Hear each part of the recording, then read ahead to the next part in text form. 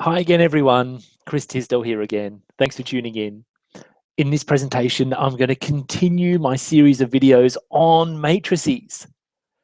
Now, in previous presentations, we talked about linear systems and matrices and row operations and row reduction, row reduced form. In this presentation, I'm going to show you how to take a matrix and put it in reduced row echelon form. And the reason that this is a very powerful form is that you can just read off pretty much the answers for solving a linear system of equations. So let me share my screen with you. I'll do an example and we can get down to business. Okay, now I did talk about this in a previous video, but just to refresh your memory, we talk about a reduced row echelon form of a matrix if it is in a row echelon form, and in particular, it's a special case of the row echelon form. Every leading entry is a 1, and every leading entry is the only non-zero entry in its column. Now, that looks like a lot to take in, but let me just give you the definition of a row echelon matrix.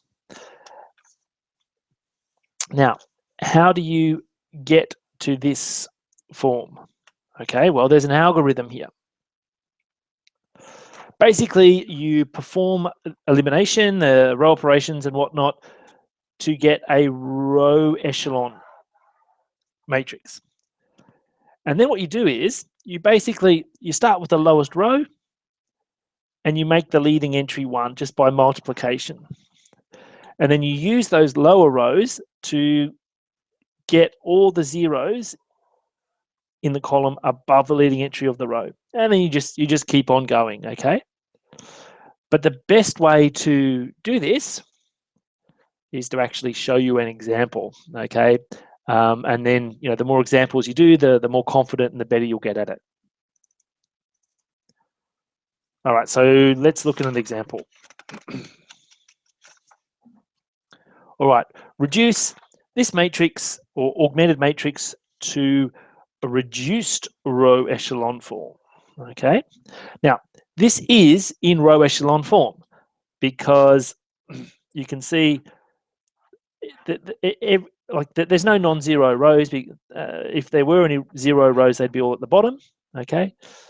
Every leading entry, as we go down the matrix, is further to the right, okay? So the first non-zero term of every row is further to the right than the ones above it as we move down the rows from top to bottom, okay?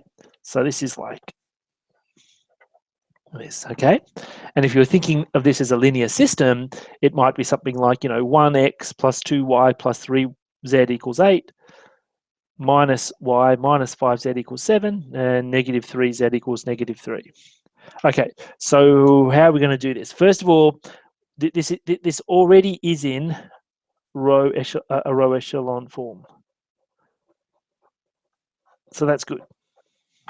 So what we're going to do is multiply it by a suitable constant to make its leading entry 1. All right, so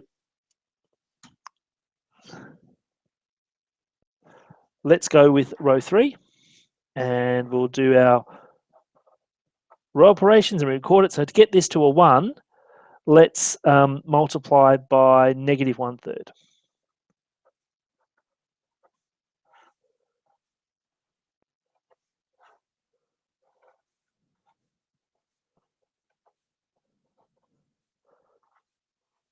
So that'll be 1 and 1. Okay, so that leading entry now is a 1. Okay, now what I can do is I can now add multiples of this row to higher rows to get all the zeros in the column above the leading entry of this row. Okay, so basically I'm there. I want to get that to a 0 and that to a 0.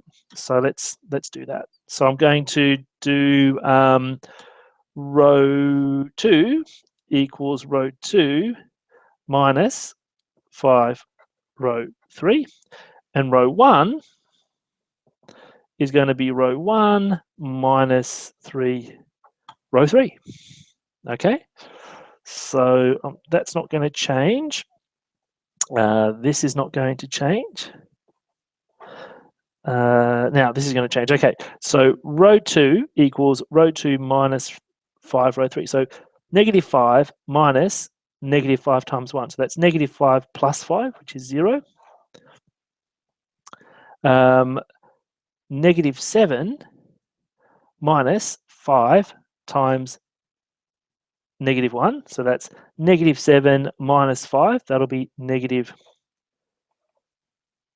12. And row 1, so that they're not going to change.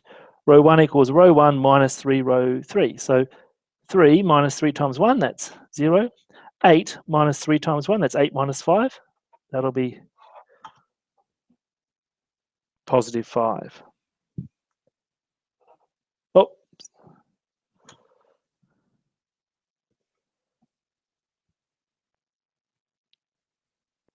Hang on, just give me a second.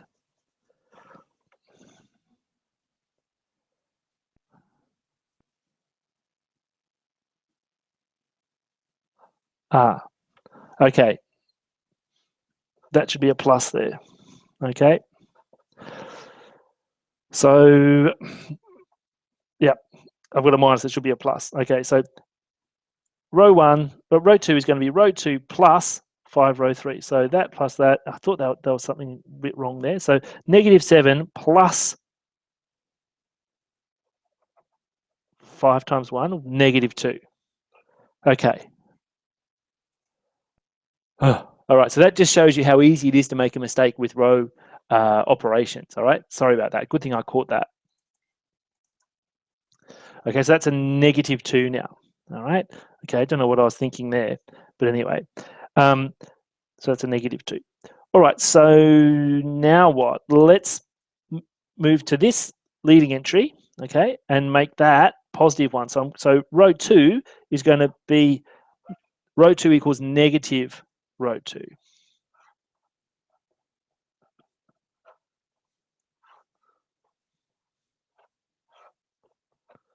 So it'll be 0, 1, 0, positive 2, 0, 0, 1, 1. Okay, so the last thing we want to do now is get everything above this leading entry to a 0. So row 1 is going to be row 1 minus 2 times row 2.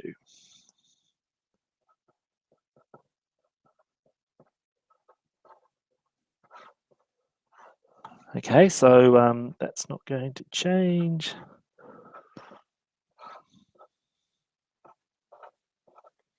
All right, so 2 minus 2 times 1, that's 0, and that's 0. It's going to be 5 minus 2 times 2, 5 minus 4, you get 1. All right, so let's just check it. Every leading entry is a 1, and 1 is the only non-zero value in all of those columns. Okay, so we've got a reduced row echelon form now. Okay, so what? Well, we can actually read off the solution. If this augmented matrix represented a linear system, we can read off the solution. Okay, so what does this first row say? It says x1, 1x1 plus 0x2 plus 0x3 equals 1. So x1 equals 1. The second row says 0x1 plus 1x2 plus 0x3 equals 2. So x2 equals 2.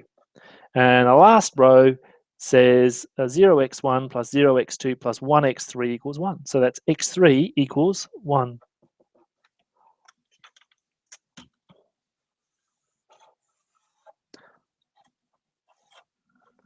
Okay. So that's awesome. We could read off the answers. We could just read them off. So that is the power, one of the powers of this reduced row echelon form. Anyway, sorry about that slip up partially the way through. It just shows you how easy it is to make a mistake with row operations. If you have any questions, any comments, put them in the comment section. And thanks for watching once again, everyone. Bye.